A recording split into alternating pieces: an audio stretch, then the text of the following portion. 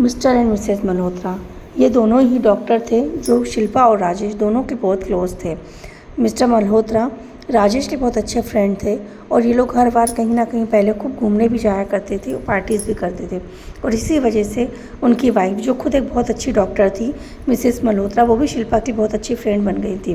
पर कुछ ना कुछ टेंशनों की वजह से काफ़ी दिनों से इनका मिलना नहीं हो पा रहा था, तो इस वजह से इनकी आज काफ़ी दिनों बाद मुलाकात हो रही थी। तो ये लोग बहुत खुश थे। ये लोग पहले तो नॉर्मल तरीके से बात करने लगे, पर राजेश ने अभी किसी तरह की फॉर्मेलिटीज़ करना उचित नहीं समझा और राजेश ने मिस्टर मल्होत्रा से कहा, भाई तू पहले अपनी जो काम की बात है वो कर ले, उसके बाद हमें फॉर्मेलिटीज़ करते रहेंगे, मैं बहुत ज़्यादा परेशान हूँ। राजेश को परेशान देखकर डॉक्टर मल्होत्रा ने कहा, क्या बात है, बोल, क्या प्रॉब्लम है तेरी। तो राजेश ने अपनी कहानी बताना शुरू किया। राजेश ने कहा, यार तुम्हें तो मालूम ही है ना, कितने साल पहले मेरे भैया और भाभी का एक्सीडेंट हो गया था और उस एक्सीडेंट में उनके साथ उनकी छोटी सी बच्ची बानी भी थी, जो उस समय मात्र 5 साल की थी। उनका जब एक्सीडेंट हुआ उसी हादसे में हमारी नन्ही सी बच्ची बानी की आवाज़ चली गई थी। उसके बाद जो कुछ हुआ वो मैं बताता हूँ। उसके बाद राजेश और शिल्पा दोनों ने डॉक्टर को पूरी बातें डिटेल से बताना चालू करी। उसके बाद उन्होंने जो कल हुआ, जो आज हुआ, यहाँ तक कि जो बातें अब वाणी बोल रही है कि उसे रामपुर जाना है, नीम के पेड़ को देखना है, वो सब बातें भी बताना चालू की। यह सुनकर डॉक्टर साहब पहले तो थोड़े से हैरान हुए। उसके बाद उन्होंने वाणी की बनी ड्राइंग देखी। फिर उन्होंने राजेश से कहा, हम तो फिर तुम बोल रहे थे ना कि तुम्हारे पास उस पेड़ की भी कुछ तस्वीरें हैं। तो राजेश और शिल्पा दोनों एक साथ बोल उठे, यही तो दिक्कत है ना, हमने एक बार उस पेड़ की तस्वीरें ली, पर जब भी हम उसकी तस्वीरें बाद में देखते हैं तो वहाँ पूरी ब्लैक तस्वीरें आती हैं।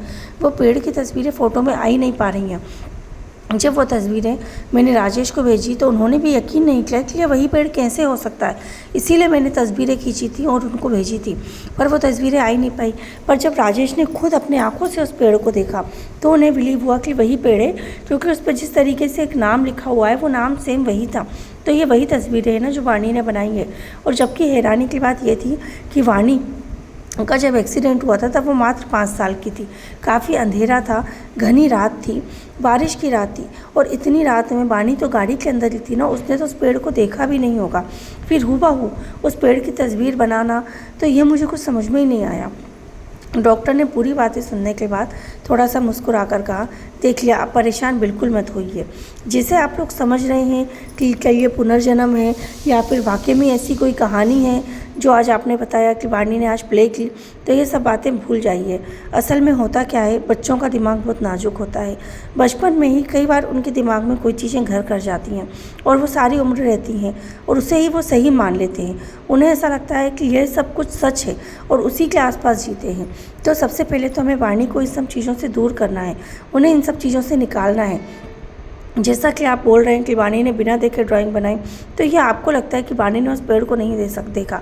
हो सकता है कि वाणी ने उस पेड़ को देखा हो या उसकी माँ से उसने उस पेड़ के बारे में सुना हो। आप अपनी दीदी के बारे में बताइए कि वो किस तरह की थी, क्या वो भी ये पुरानी चीज़ों में, पेड़ वगैरह इन चीज़ों में दिलचस्पी रखती थी। हो सकता है कि उन्होंने वाणी से कभी इस बारे में कोई बात की हो। और जहाँ तक बात है 5 साल की, तो 5 साल की उम्र यूँ तो बहुत छोटी है, पर किसी भी बच्चे को, मुझे ऐसा लगता है कि 5 साल की उम्र में उसके साथ जो हुआ हो वो उसे आराम से ध्यान रह सकता है। और इतनी सी उम्र में उस बच्ची के साथ इतना बड़ा हादसा हुआ। इस चीज़ को आप सोचिए, नॉर्मल भी कोई एक्सीडेंट यदि हमारे साथ हो जाता है तो हम उसे ज़िंदगी भर नहीं भूल पाते। तो इतना बड़ा एक्सीडेंट होना जिसमें उसने अपनी आंखों के सामने अपने माता पिता दोनों को खो दिया, अपनी आवाज़ खो दी, तो उस बच्ची के ऊपर कितना गहरा असर पड़ा होगा इस चीज़ का। तो वही चीज़ उसके दिमाग में बैठ गई हो। तो इस चीज़ के बारे में हम पहले तो डिटेल से बात करते हैं। अब आगे की कहानी सुनने के लिए सुनते रहिए हमारी कहानी का आगे का भाग, नीम का पेड़। Thank you.